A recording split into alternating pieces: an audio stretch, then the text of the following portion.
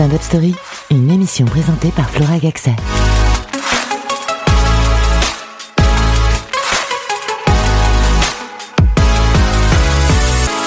Bonjour, vous écoutez Stand-up Story, l'émission qui vous fera aimer le stand-up, du moins je l'espère. Je suis Flora et nous avons la chance d'accueillir pour cet épisode Thomas Si. Bonjour Thomas, comment vas-tu ? Bonjour Flora, ça va super et toi ? Très bien, en tout cas je te remercie de passer dans cette émission. Sache que je suis fan de ton travail depuis déjà quelques années et je suis très honorée de te recevoir. C'est très mignon comme introduction, je suis très honoré aussi. Tu sais que c'est ma première radio ? La toute première ? Ouais.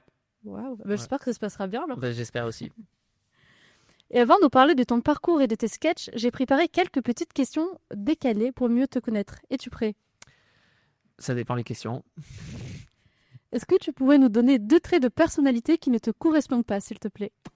Qui me correspondent pas. Ouais, la question est à l'envers. Et tu as 3 secondes pour réfléchir. Ah ouais. 3. Ah non, mais je suis pas du tout prêt en fait. Oui, ok, qui ne me correspondent pas. Alors, Ouais. qui me correspondent pas, je dirais l'esprit de sérieux. Ça m'énerve, donc Ok. ça ne me correspond pas. Et qui me correspond pas. Avant, mes invités devaient en donner 3. Maintenant, ça a réduit à 2. Mais parce qu'ils trouvaient pas en fait. Sinon, c'était avec le AEE. Donc l'esprit de sérieux ça me correspond pas et le deuxième truc qui me correspond pas, je sais pas, j'espère chiant, je sais pas. Voilà, c'est tout. Ok, ça marche, mais ça permet d'en savoir un peu plus sur les invités. Et si tu devais échanger ton cerveau avec un autre humoriste pendant 24 heures, ça serait qui et pourquoi ? Mort ou vivant ? Enfin, on peut prendre tout le monde ? Peu importe. On peut prendre n'importe qui ? Je pense, si je pouvais prendre tout le monde mort ou vivant, je pense que je prendrais Coluche pour 24 heures. Pour voir à quel point il était tourmenté ou pas, comment il réfléchissait, comment il appréhendait les choses, les blagues, les sujets, les angles. J'aimerais bien voir ça pour 24 heures, si j'ai le droit de prendre mort ou vivant. Et après, si c'est vivant aussi,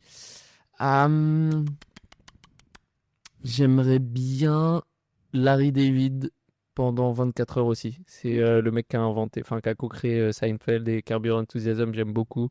Et j'aimerais bien voir à quel point on est compatible ou pas.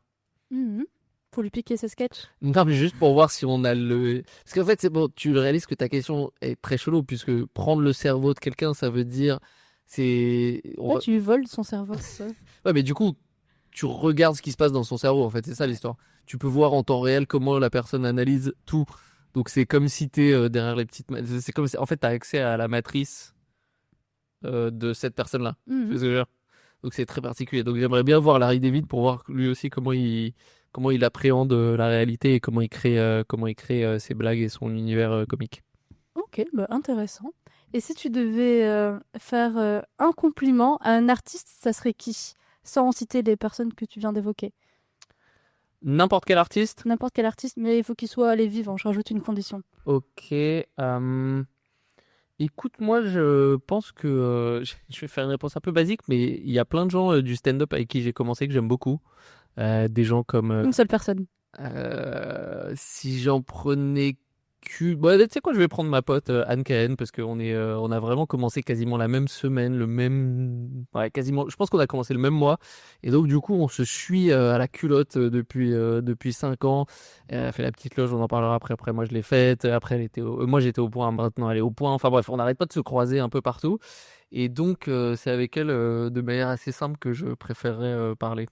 Ah, vous êtes tirés vers le haut mutuellement ? Ouais, je crois qu'il y a un petit peu de ça. Il y a tu sais, en stand-up, il y a des effets de promotion. T'arrives en même temps que plein de gens. Et donc, du coup, c'est un peu compétitif, mais il y a aussi une émulation. Enfin, tu vois, la partie positive la partie positive de la compétition, c'est l'émulation. Et avec elle, je trouve qu'on se tire bien vers le haut. Ok, c'est beau cette solidarité, parce que ce n'est pas le cas de tous. Donc, c'est chouette. Et si tu devais définir ton humour en un seul mot ?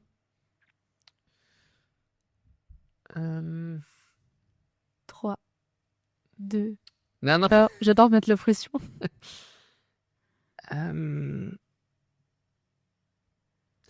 Alors, c'est pas moi qui l'ai dit, mais donc ça va m'aider. Il y a quelqu'un qui était venu voir le spectacle que j'aime beaucoup, qui est Grégory Plouviès du Parisien, qui est super cool et qui m'avait dit ton spectacle, c'est tendrement cynique.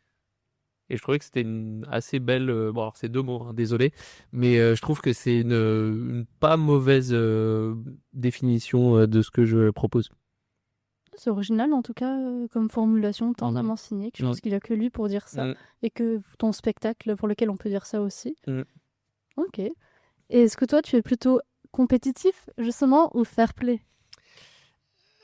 Plutôt compétitif quand même. Compétitif qui est le don de mon spectacle. J'explique Exactement. pour les gens qui l'ont pas forcément à la maison, voire je pense que personne là en ce moment à part nous deux. Mais oui, compétitif c'est le nom de mon spectacle et donc je parle justement de mon parcours et de notamment mon rapport à une forme de compétition qui est pas toujours avec les autres aussi, hein. La compétition, je pense, c'est avant tout avec soi et c'est pour ça que ça nous rend potentiellement malheureux pour la pire des raisons en fait, parce qu'on croit on est en compétition avec nous-mêmes, ce qui n'a pas beaucoup de sens. Parce que c'est ton spectacle donc que tu joues un samedi sur 2 à 19h au Théâtre Solo, c'est bien ça? Alors, c'est... Ok, ça on va le couper. Alors, en ce moment, c'est les jeudis. Après, là, en février, c'est les jeudis. En avril, ça sera les samedis. Et en mai, juin, ça revient les jeudis. En fait, il faut suivre ton actualité comme ça, on ne manque pas. Voilà, exactement. Abonnez-vous à mon Insta, thomas.si, comme la note de musique avec 2 i, thomas.si. Il fait plein de vidéos marrantes. Merci, c'est gentil. Et vous aurez toutes ces infos-là. Mais le plus important, c'est au Solo, qui est une super jolie salle. T'y es allé? Oui. T'y es allé. Très très jolie salle. Oui, je suis bête. Un peu comme un sous-marin. Ouais, il y a un truc, en fait, c'est une salle qui vient d'ouvrir, qui a ouvert en octobre, je crois, dernier, ou septembre ou octobre, je dirais octobre dernier. Et la salle, elle est flambant neuve, magnifique, c'est un magnifique écrin. Il y a des miroirs partout. Il y a des miroirs, c'est des tons rouges assez chauds, assez beaux. Les spectacles sont archi qualitatifs, je peux que les recommander tous. Et surtout, l'acoustique je sais pas comment c'était en tant que spectatrice, mais l'acoustique, elle est vraiment parfaite. Pour les rires, comme ça reste. Exactement. Okay. En fait, les rires sont, il y a des salles qui sont chaudes. Il y a des salles qui sont plus ou moins... Tu sais, c'est les lois de la physique et puis parfois il y a un petit peu de magie aussi. Et il y a des salles où la magie, elle opère, la salle, elle est chaude, les rires, ils se télescopent, ils restent ensemble et tout. Et cette salle-là, je trouve qu'elle est... pour moi, c'est vraiment en termes de petite salle dans le sens moins de, je sais pas combien, 200 places. Mais c'est une salle réputée quand même, il y a Mathieu Madénian qui joue. C'est absolument réputé, mais c'est juste dans les petite salle dans le sens pas avec une jauge infinie, c'est vraiment archi réussi. C'est bien, en tout cas les salles intimistes à Paris. Ouais. Où il y a une belle programmation. Ouais, exactement. Moi je les ai toutes faites. Je pense qu'on va on reviendra juste après. Mais d'ailleurs je me pose une question parce qu'avant je crois que ton spectacle à l'époque il s'appelait Ça va bien se passer. Ouais. Parce que c'est le même que tu joues actuellement ou il y a des choses qui ont changé? Il y a beaucoup de choses qui ont changé en fait. Ça va bien se passer. Bravo pour tes petites fiches qui sont très très bien documentées et tout, c'est cool. Ça va bien se passer, c'est le spectacle. En fait, c'était quand j'ai commencé à la Petite Loge, qui est la plus petite salle de Paris pour le coup, 25 places, 4 rangées. C'est une ancienne loge du théâtre La Bruyère qui est juste en face, qui a été reconvertie en théâtre. Donc vraiment, c'est la salle la plus intimiste à laquelle tu peux penser. Et en fait, c'est une salle qui a une excellente programmation, qui est assez réputée. Je sais pas ça parce que j'y étais, je dis ça parce que historiquement, ils ont eu des gens comme Haroun, comme Marina Rollman, comme Paul Mirabel, quand ils étaient dans leur tout début. Et donc, du coup, pour ça, la salle, elle est très, elle est connue dans le milieu, quoi, on va dire. Il y a Perrine et Mélissa qui sont les deux directrices artistiques qui font un taf vraiment vraiment super. Et donc, du coup, quand tu démarres là-bas, souvent c'est pour un premier spectacle. Et tu mets un peu tout ce que tu as ensemble. Et puis tu vois, tu fais bon, je crois que ça fait à peu près 1 heure. Vas-y, on va se lancer avec ça, tu vois. Et ça, c'est le début de quand tu as 1 heure. Et en fait, avec le temps, tu affines. Moi, en fait, par rapport à cette heure-là, il y en a 40 minutes qui sont sorties. 40 minutes? Ouais. Tu avais combien de temps alors à la base? J'avais 1 heure. Maintenant, j'ai 1h05, je sais pas, 1h10, tu vois, un truc comme... Non, je vais te dire la première fois, je vais te dire la vérité, puisque là, c'est une interview intimiste, on va se dire la vérité. La première fois, elles m'ont dit, est-ce que t'as, normalement, elles demandent 55 minutes, je crois. Et t'as une première partie, du coup, ça fait 1 heure. Okay. Moi, je dis, ouais. Sauf que la première, je bombe un peu, je vais un peu vite et tout, je me chronomètre genre 44 minutes. Ou 43 minutes même, pour être très précis. Donc la toute première, en fait, j'avais 43 minutes. Après, j'ai étoffé, j'ai rajouté des trucs. C'est monté à 1 heure. Sur cette première heure-là, il y en a à peu près les 2 tiers qui sont sortis. parce qu'en fait, c'était plus l'histoire que je voulais raconter. En fait, avec le temps, tu comprends quelle histoire tu as envie de raconter, comment, avec quel fil rouge, avec quelle progression et tout et tout. Enfin, moi, en tout cas, c'est comme ça. Et donc, du coup, j'ai viré les 2 tiers. Enfin, j'ai enlevé les 2 tiers, j'ai rajouté. Ça n'a pas dû être évident quand même de se dire bon, bah ok, j'ai taffé sur tel moment sur ce sketch, maintenant c'est fini, je passe à autre chose. J'ai accompli un travail énorme, Flora, de fiction. Ouais, non, c'est beaucoup, c'est 2 ans, quoi. C'est 2 ans de taf où, en fait, tu nourris beaucoup ton spectacle. Et donc, du coup, ça fait que là, au bout de 2 ans, j'ai estimé que là, j'étais plus clair, plus précis sur l'histoire que je voulais raconter, que maintenant, j'avais plus 1 heure, mais j'avais un vrai spectacle, avec une vraie thématique, avec une vraie progression. Il y a des textes qui sont restés parce que c'est les jalons, tu vois. La copine, je suis toujours avec ma copine, heureusement. Donc, la copine, le daron, et ma maman. Ça, c'est les trois piliers, on va dire, enfin les 3 sections qui sont restées mais qui ont elles-mêmes changé. Et tout le reste, ça a changé. Et maintenant, je raconte une histoire un peu plus cohérente en un peu plus d'1 heure maintenant. Et sur ton parcours avec HEC notamment. Ouais, exactement. Avant, j'en parlais. Bah, tu vois, typiquement, ça, au début, j'en parlais pas. Ouais. Parce que je savais pas trop comment l'aborder, comment le faire rentrer dans le spectacle et tout. Et avec le temps, c'est devenu un sujet. Enfin, c'est une des thématiques importantes. Mais c'est pas que, enfin, c'est pas HEC pour HEC, c'est plus les écoles de Oui, l'école de commerce. commerce m'avait marqué juste parce que je suis passée par une école de commerce. Ok. Je me dis ah tiens, c'est un sujet qui Ouais. me parle ça. Tu vois, c'est les écoles de commerce, c'est l'ambition qui va avec le fait d'être en école de commerce. Et c'est un des passages où je raconte que j'ai écrit une lettre de motivation au premier secrétaire général de l'Élysée, sous François Hollande. Je vous invite à venir au spectacle pour savoir de qui il s'agit. Mais tout le monde le connaît, quoi. Ok, ça marche. Et pourquoi avoir choisi le stand-up comme moyen d'expression plutôt que le théâtre par exemple? Alors, j'ai jamais fait de théâtre du tout. En fait, moi, à la base, enfin, si j'ai fait du théâtre quand j'étais en CP, en CE1, mais j'étais pas, enfin, c'était pas mon truc. Moi, en fait, tu sais, moi, j'ai fait école de commerce, finance, conseil, start-up, donc j'étais vraiment pas du tout destiné à faire ça. Et par ailleurs, j'aimais bien le stand-up, tu vois, mais c'était pas du tout ni un rêve, ni un objectif, ni rien de tout ça. Moi, c'est juste que j'aime bien ça. Je m'intéressais, mais j'y pensais pas du tout d'un point de vue professionnel. De toute façon, à ce moment-là, je travaillais au Nigeria, en Afrique de l'Ouest, enfin vraiment aucun rapport. Et il se trouve que j'ai fait un discours de mariage au mariage de mon meilleur pote. Il s'est marié 2 fois parce que les familles n'arrivaient pas à se mettre d'accord sur la fête. Bref, donc du coup, j'ai fait 2 discours. Et en fait, au lieu de faire un discours devant 100 personnes, un peu que je connais, il y a eu 2 discours devant 150 personnes que je connaissais pas trop. Parce que du coup, ils ont invité plus de gens, donc la famille plus éloignée, les gens les moins proches, enfin moins proches et tout ça. Et j'ai fait un discours et j'ai cartonné. C'était vraiment 150 personnes qui rigolaient très très très fort. Et dans la salle, il y avait une personne qui avait un plateau d'humour.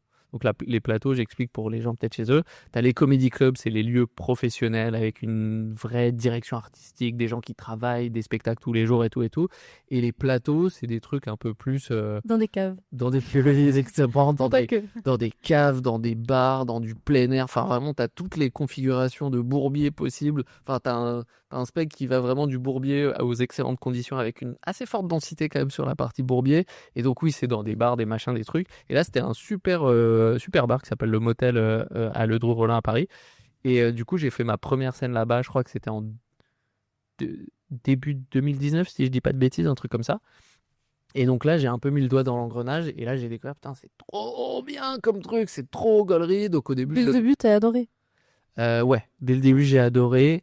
Il se passe un truc, je sais pas trop comment l'expliquer, mais tu sais, c'est très intense parce que tu as un stress de fou pendant une semaine. Enfin, en fait, si c'est important pour toi, moi, j'ai découvert que c'était important pour moi. Donc, du coup, les 2 semaines avant, tu dors plus la nuit. Tu es là, mais attends, je vais faire des blagues devant des gens qui me connaissent pas. C'est effrayant et tout. C'est un peu tétanisant et tout. Puis à la fin, je sais pas, ça s'était bien passé. Bon, aussi, j'avais plein de potes qui étaient venus dans la salle. Donc, c'était vraiment des conditions assez cool.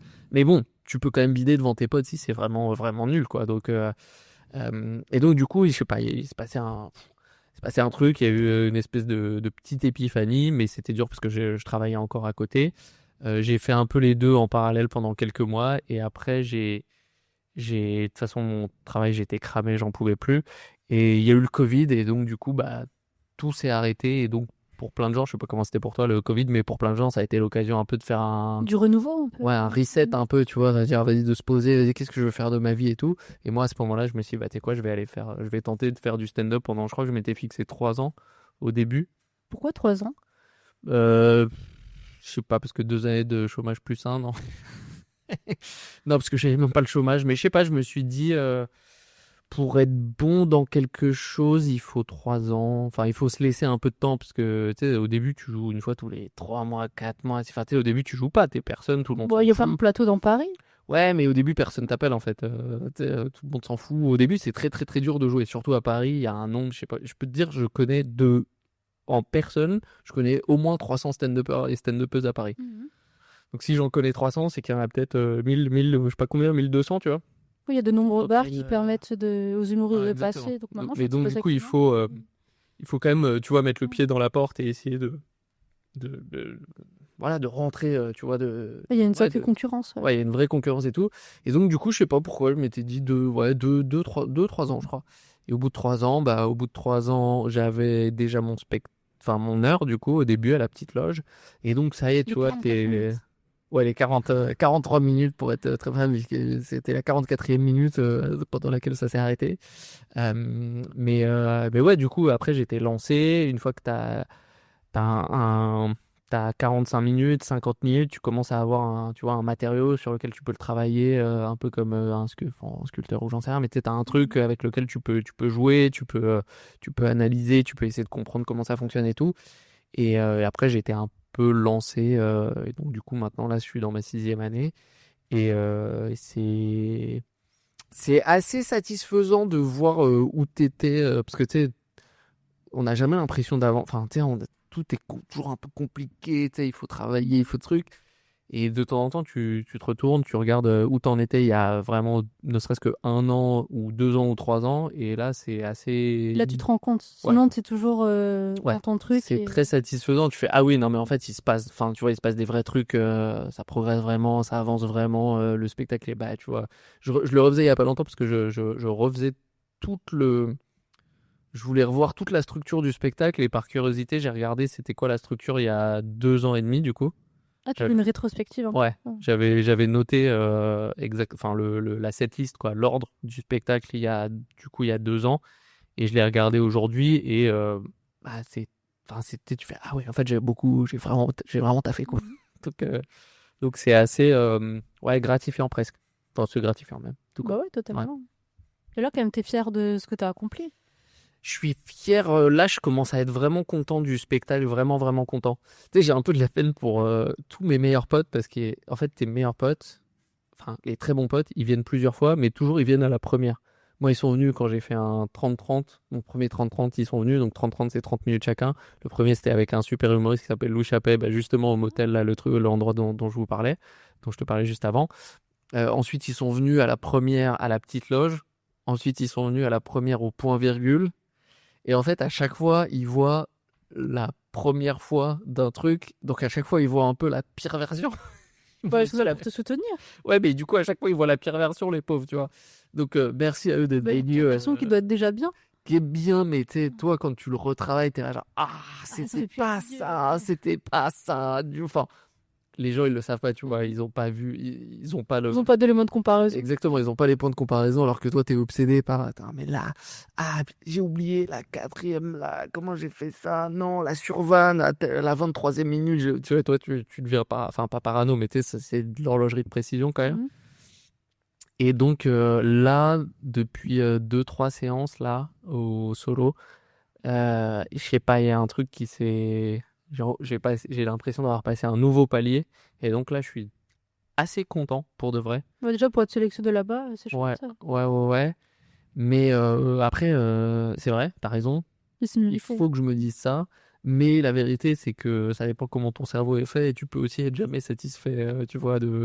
Ça dépend comment ton cerveau il est organisé, quoi. Satisfaction permanente. Après, c'est pas très bon, on va dire, pour le moral, parce qu'on continue et on Ouais, ne comprend pas qu'en fait, au bout d'un moment, Bah ouais. faut. De temps en temps, faut prendre un tout petit peu de recul et se dire, en fait, ça va. Enfin, tu vois, en fait, j'ai fait des trucs. En fait, en fait, le truc, il est bien, tu vois.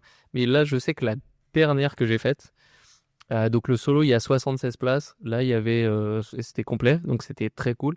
Sur les 76, il y en a genre 15 qui ont écrit une critique. Oh. Je fais toujours un petit discours et tout, mais genre jamais il y a autant de gens qui En écrivent. général, c'est quoi 2-3 maximum Ouais. par soir? Ouais, si Donc, t'en tu as- les as touchés si t'en as eu Et 15 d'un coup. ils ont pété. Enfin, je lisais les critiques. C'est personne que je connais. Il y avait personne que je connaissais dans la salle, donc tu sais, c'est fini les potes et tout. Et les trucs, j'étais là, genre waouh. Il y a jamais eu, tu sais, d'habitude les gens ils sont genre c'était cool, nanana. Mhm. Mais là, il y avait une chaleur supplémentaire, quoi. Donc j'étais là, genre, ah cool, c'est-à-dire que eux aussi, je suis pas fou, quoi. J'ai pas juste cru sentir que les gens pétaient. En fait, les gens, ils étaient vraiment trop contents. Et le spectacle, il les a vraiment touchés dans tous les sens. Enfin, dans le sens surtout, ils ont rigolé très fort, quoi. C'est trop cool. Il y a des gens qui avaient des crampes de rire et tout.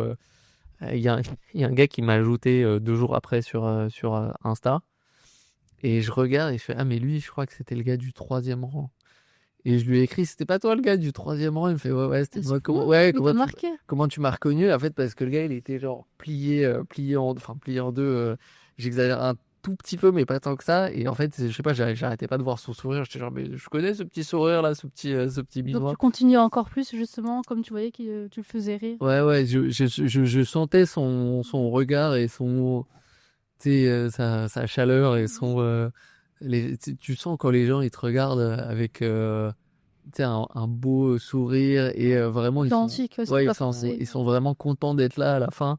Ils en peuvent plus. Il y a encore des blagues. Enfin, je vois, quand ça se passe comme ça, c'est un peu, c'est vraiment magique. Le stand-up, et c'est beaucoup de travail pour arriver à ça, quoi. Donc du coup, le moment où ça t'arrive, Là, t'étais satisfait. ouais, là, je suis Ah. sorti, j'étais genre, bon, là, franchement, c'est magnifique, quoi. Vraiment, c'est trop bien. Mais ce qui est très gaulerie, c'est que je propose toujours aux gens d'aller boire un verre après le spectacle. Toujours, je trouve ça cool. Pour me plus, tu le faisais pas assez. Si, je le faisais au point virgule. Pour le tremplin. Non, non. Le tremplin, c'est pas mon spectacle, c'est un spectacle ok. collectif. Et en général, c'est entre d'autres plateaux, d'autres comédie clubs. Mais quand c'est mon spectacle, je dis toujours aux gens, si vous voulez, après, on va boire un verre et tout. Ça, c'est bien, ok. Moi, je kiffe trop. Et du coup, après, voilà, en fonction de si j'ai un truc le lendemain, je fais plus ou moins long, tu vois. Mais toujours, je prends. C'était Edgar Rive, un super. Qui va faire le Grand Rex. Ah ouais, ok, bah trop bien pour lui. J'avais vu qu'il faisait ça. J'étais allé le voir en spectacle et il faisait ça après. Je me putain, franchement, c'est vrai que c'est cool de faire ça en fait. Il est génial comme mec. En fait, c'est plus que ça dénote une générosité de ton temps, de ta personne, et puis ça te fait kiffer en fait. Si tu le fais, personne se force à aller boire des verres avec le public après, tu vois. Moi, j'étais genre, bon, franchement, c'est un bon truc. Je vais, si je le sens, je vais le faire. Je commençais à le faire, je l'ai toujours gardé parce qu'en fait, je trouve que c'est trop cool et tout. Après, quand même, il faut affronter le public qu'on a eu pendant la représentation. Il faut être prêt des fois à se prendre des pics. Bah, je pense que c'est pas si confrontationnel que ça. Normalement, si les gens ils sont venus à ton spectacle, autant en comedy club, ça peut. Ouais. Les gens, comedy club, c'est incroyable parce que les gens ils viennent voir 1 heure ils savent pas qui. Moi, je trouve ça C'est leur incroyable. découverte, c'est bien. C'est trop beau. Non, mais moi, vraiment, je les adore parce que j'ai plein de potes qui sont soit trop snob, soit trop. T'es un peu machin, qui ne ferait jamais ça, quoi. Donc, moi, je trouve ça trop cool de faire ça, mais c'est un exercice particulier. Là, c'est le spectacle, les gens, ils viennent pour toi. Si après, ils restent boire un verre, en général, c'est que ça leur a plu. Et s'il laisse une critique, encore plus. À part si les Exactement. 15 critiques, elles ont été écrites par ta maman, mais paisiblement.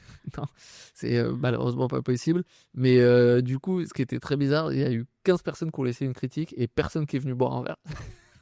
En fait, il y a juste eu 2 potes, mais c'était des potes. C'était des camarades d'école plutôt que j'avais pas vu depuis longtemps qui étaient venus. Mais sinon, les gens, ils ont adoré, ils sont rentrés chez eux, mais genre peut-être fatigués aussi, tu sais, genre parfois. Ils ont trop envie, ils en pouvaient plus de toi. Ouais, je crois qu'il y a un truc, ils étaient en mode.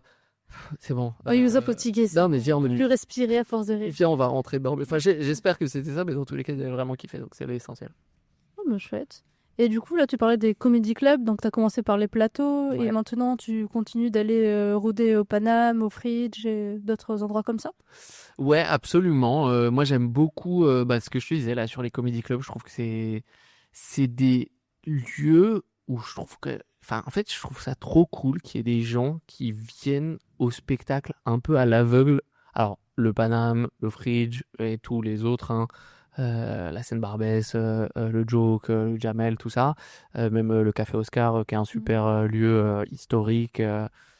ou le sacré, c'est des marques un peu, tu vois. C'est genre, si t'y vas un peu en confiance sur le fait que la progra va être de qualité et tout, et je pense que c'est très justifié. Mais quand même, les gens, ils y vont à l'aveugle complet, et moi, je trouve ça trop passionnant comme exercice d'aller faire rire des gens qui n'ont aucune idée de qui tu es, quoi. C'est trop distrait, enfin c'est assez exaltant, je trouve, et t'as le vrai rire enfin pas dans le sens où au spectacle c'est pas le vrai rire, mais t'as le rire de la découverte, quoi, des gens qui ne savent pas du tout et donc du coup faut essayer de les attraper et de les faire rire et de les convaincre en fait. Dans le monde aussi, dans ouais. ton humour. Et toi t'étais venu au Paname, je crois. La première fois, c'était au Paname. Ouais, c'était quand? C'est longtemps? Je crois que c'était il y a 2 ans, 2 ans, quelque chose comme comme ça, ça. ouais. C'était en t'avait été. plu? Ah oui, totalement. C'était en été, c'était le matin, non? Ah non, le Non, matin, c'était pas j'avais matin. allé. Ça devait être, je sais pas, vers 18h. Au Paname, là où c'est fou, c'est que le week-end, en fait, au début, c'était genre 16, 17. Non, au début, c'était genre 19, 20, 22, 23. Et en fait, ils ont eu tellement de succès qu'ils se sont mis à rajouter des horaires avant dans la journée. Avec le brunch. Ouais, donc il y a eu 16h, 14h15, je crois, 12h30. Et 12h30, tellement c'est complet qu'ils ont rajouté 11h maintenant. Donc en fait, maintenant, t'as des gens qui sont là à 11h et t'as des gens qui sont là à 1h du mat et ça joue pendant 13-14 heures de suite avec les artistes qui changent et tout. Après, il y a le labo aussi. Ouais, mais ça, c'est plus en semaine, le labo. C'est 15 et 16 en semaine. Et le professionnel, il passe à n'importe quel moment de la journée, donc en général. Ouais, mais en fait, le week-end, il y a tellement de monde. Parce qu'en fait, le labo, bon, j'explique pour les gens, le labo, c'est vraiment, donc c'est le laboratoire du Paname. C'est là où tu démarres, en fait, quand tu Tu joues peux au avoir Paname. 1 ou 2 ans d'expérience. Bah, maintenant, il y a tellement de monde que limite, je sais pas, ça se trouve, il en faut 3 avant ça. Je comprends plus rien. C'est trop extrême, en fait. Là, le game parisien, c'est. Bref, mais tu joues devant 6 personnes, quoi. C'est un peu ça le deal du labo. Mais en fait, comme le week-end, il y a du monde, c'est plein de 11h à 1h du mat, bah, il n'y a plus de labo parce qu'il n'y a que des confirmés dans le sens où, du coup, t'es payé, enfin, tu vois, aussi, t'es payé, quoi, alors que le labo, t'es pas payé. Oui, ça permet de s'entraîner, de mettre en avant, etc. Exactement. C'est 2 systèmes différents. Ouais. Et est-ce que tu participes à des festivals? Parce que je t'avais revu au FUP l'année dernière, donc à Bobino. Ouais. Et t'en fais d'autres? Non, franchement, le FUB, c'était super. Bobino, c'est une salle quand même très mythique, un peu, tu vois. L'Olympia, Bobino, tout ça, c'est des salles. C'est cool d'y jouer, d'avoir l'opportunité d'y jouer. C'est encore mieux si c'est ton spectacle, mais en attendant de pouvoir y faire ton spectacle, c'est cool de venir dans ce cadre-là. Mais T'avais un 5-10 minutes là-bas, non? ouais, je pense que c'était t'es censé faire 7-8, entre 7 et 8. Ok. Donc entre les deux, quoi, entre 5 et 10. Mais moi, le concept du concours en humour, La compétition. bah, tu vois, paradoxalement, je trouve que. Alors, déjà, au FUP, j'avais pas gagné. J'avais eu des rires et tout, c'était un super passage, mais j'avais pas gagné. Mais c'était à l'applaudimètre aussi. En fait, il y avait un truc à Bon, bref, je vais pas rentrer dans le détail, mais en fait, je m'étais dit que je trouvais ça un peu étrange, ce concept de concours pour un truc artistique. Et ton passage était très bon. Merci, c'est gentil. Je l'avais adoré aussi. Mais en fait, je me suis dit, je sais pas, il y a un truc il y a un truc qui m'a énervé. Enfin, pas avec ce concours-là spécifiquement, mais avec le concept de concours en humour. Et je me dis, en fait, c'est cool de faire des galas, des machins, des trucs, tu vois, éventuellement, c'est sympa parce qu'on n'est pas en compétition. Mais ces trucs où je sais pas qui décide que toi, t'es plus drôle que. Je sais pas, il y a un truc qui m'a un peu. Ça t'a bloqué? Non, ça m'a un peu. Enfin, bref, je me suis dit, vas-y, tu sais quoi, c'était une super expérience, vraiment, c'était top le FUP. Mais je cours pas après, en fait. Moi, j'ai envie de donner un truc aux gens, de partager des machins, des moments, des anecdotes, des idées, des angles, des blagues, un moment, quoi, tu vois. Et je trouve ça charmé de faire ça. Maintenant, il y a aussi les réseaux pour toucher un plus grand public et tout. Et les concours et tout ça, je pense que. Il y a plein de festivals intéressants. Je pense à celui de Tournon qui a lieu chaque année, mais c'est vrai que l'aspect compétition, ça peut ne pas plaire à tous. Je sais pas, j'aimerais en sortir. Enfin, j'ai décidé pour l'instant d'en sortir. En fait, je trouve que c'est pas, tu sais, c'est pas un sport, quoi. En fait, tout le monde peut gagner. Tu vois ce Tout que je met veux sa dire? place. On peut faire un plateau extraordinaire où tout le monde cartonne, où c'est extraordinaire, mais toi, tu vas dire qu'il y a un gagnant. Non, en fait, moi, j'y crois pas. Ça me Mhm. rédit. Je suis passé à autre chose. Je suis sorti de la compétition, tu vois. Comme ça, t'as tes C'est- spectacles, t'es tranquille. Par exemple, Exactement. des comédie clubs quand tu t'amuses. Exactement. Et le tout, c'est de prendre du plaisir et pas se forcer à faire quelque chose qu'on n'a pas envie. Exactement. Exactement, et je pense que c'est un peu le thème du spectacle aussi, c'est sortir de la... En fait, c'est sortir de la compétition, et c'est marrant parce que j'ai trouvé le nouveau titre du spectacle après le FUP, après cette expérience-là, et je pense qu'il y a un peu cette idée-là aussi, quoi. Tu sors de la compétition et je sais pas, t'essayes de t'accomplir un petit peu, toi, tu vois. Mhm. Et d'ailleurs, je pense que tu arrives à vivre de la scène maintenant. Maintenant, j'arrive à vivre de la scène, ouais, là, c'est trop marrant. Tu sais, là, je dois être intermittent, ça doit faire 1 an et demi ou 2 ans, je sais plus, un truc comme ça. Je sais plus trop quel mois on est. Bref, on s'en fout. En fait, ce qui est trop marrant, c'est que quand tu chopes ta première intermittence, tous les gens qui sont dans le spectacle, dans le monde artistique, tout ce que tu veux, les acteurs, les stand-uppers et tout le monde est genre, viens dans mes bras, Mazel Tov, c'est génial, bravo mon frère, c'est trop bien, je suis trop content pour toi et tout. Tout le monde le vit comme tu vois, c'est une accession parce que c'est dur, enfin, c'est pas du tout cadeau d'avoir l'intermittence, contrairement à ce que croit mon père. Il me dit, bah, l'intermittence c'est facile. Non, non, faut bûcher, il faut avoir des cachets, faut qu'il y ait des gens qui fassent des chèques, qui reconnaissent en fait que tu es un professionnel en fait pendant X temps. Et tous les gens de la profession sont genre bravo, c'est génial. Et tout le reste du monde est genre ah, l'intermittence, ça doit pas être facile. C'est leur compréhension aussi, c'est peut-être des pas connaître. En fait, pour tous les gens, intermittent, c'est synonyme de certaines précarité, machin, truc, Il y a une tout le temps. précarité qui existe aussi. Mais... Qui existe aussi, mais en fait, l'accession au statut par rapport à ce que tu avais avant, c'est mieux. Puisque tu as un statut. Ça y est, tu as un statut et D'amour reconnu pour ce que tu tu es fais. reconnu, tu as un statut et tu as du coup des thunes qui tombent si jamais tu joues pas. Parce que le but pour nous, c'est de jouer au maximum. Donc si tu joues, si tu accumules des cachets, tu touches pas ton intermittence. Mais si jamais tu joues pas, soit tu prends des vacances, soit tu t'es pas programmé ce mois-là, ou soit juste tu prends du temps pour écrire et tout, bah tu es sûr d'avoir une rentrée financière. Donc c'est une sécurité énorme. Enfin, c'est pas énorme, c'est pas des montants forcément faramineux, mais c'est trop bien L'opportunité. que ça existe et que ça donne un statut, tu vois. C'est quand même, tu as eu une sorte de tampon de la société qui te dit, tiens, t'es un artiste professionnel, en fait. Et le décalage, il est vraiment... Et c'est vraiment saisissant, quoi. J'en parlais avec mes potes d'école. Je leur disais, ah, j'ai eu l'intermittence. Ils étaient là, ah, pas trop dur. Moi, je disais, non, non, je te jure, c'est trop... Enfin, c'est bien, quoi. Et après, je retournais avec les stand-up. L'intermittence, allez, vas-y, on fait la peine. L'écart, il était trop... vraiment saisissant. Ouais, ça se célèbre, c'est une étape. Exactement. Et imaginons que tout soit possible, quel serait ton rêve dans le milieu du stand-up ou dans le milieu artistique? Si tout... Ok, en admettant que tout soit possible, moi j'ai un rêve très simple, c'est de pouvoir vivre du stand-up tant que ça me plaît. C'est vraiment un rêve très simple. Je pense que ça doit être ça le vrai rêve en fait. Genre faire des grandes salles, faire l'Olympia ou je sais pas quoi, c'est bien, mais je pense que le vrai rêve c'est de se dire putain, je me réveille, je suis content, je m'endors, je suis content et je fais un métier que je trouve ça cool ce qu'on amène aux gens quoi. Tu sais, le monde c'est quand même un peu le bordel, c'est un peu enfin on est comme des petites balles de flipper machin. Et nous, pendant X temps, en général 1 heure, on se pose et on essaie de kiffer et de leur offrir un truc un peu. Ça veut pas dire forcément qu'on parle pas des sujets en question et tout, mais on leur ramène différemment. Tu vois, il y a une élégance dans le fait je trouve, de le dire avec des blagues et d'essayer de faire en sorte qu'on passe avant tout un bon moment. Et donc, moi, au-delà des grandes salles, des machins, des trucs, moi, ce serait juste tant que ça me plaît, pouvoir en vivre comme j'en vis en ce moment, tu vois. Sachant que voilà, je vis à Paris, donc tu sais, il faut de l'argent parce que moi j'ai grandi à Paris. Pour moi, Paris je le vivrais mal si je devais partir de Paris pour des raisons financières, ça m'énerverait. Enfin, ça me rendrait un peu triste, je pense. Mais qui sait, ça peut changer aussi. Mais juste le fait d'en vivre, je trouve ça déjà tellement fou. Tu vois, moi avant, C'est j'étais passion. ouais, avant j'étais en conseil, j'étais malheureux comme un j'étais même pas malheureux comme un chien, j'étais malheureux comme un chien qui est en dépression quoi. Enfin, tu vois, c'est comme ça que j'étais malheureux, vraiment j'étais pas bien quoi. C'était vraiment pas des bonnes années et tout, j'ai détesté chaque minute de quand je travaillais en conseil.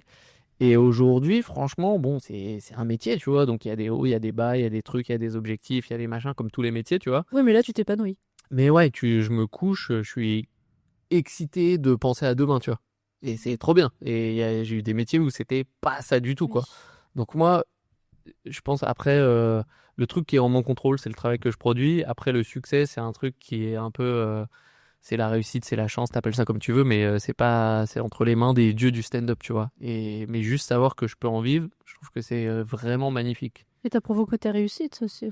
Ouais, donc c'est pour ça que je te dis, je pense que c'est pas genre je veux pas faire des grandes salles ou je sais pas quoi, c'est genre ça doit venir, ça viendra parce que c'est le produit normalement du travail que tu fournis qui est colossal pour réussir ça, quoi.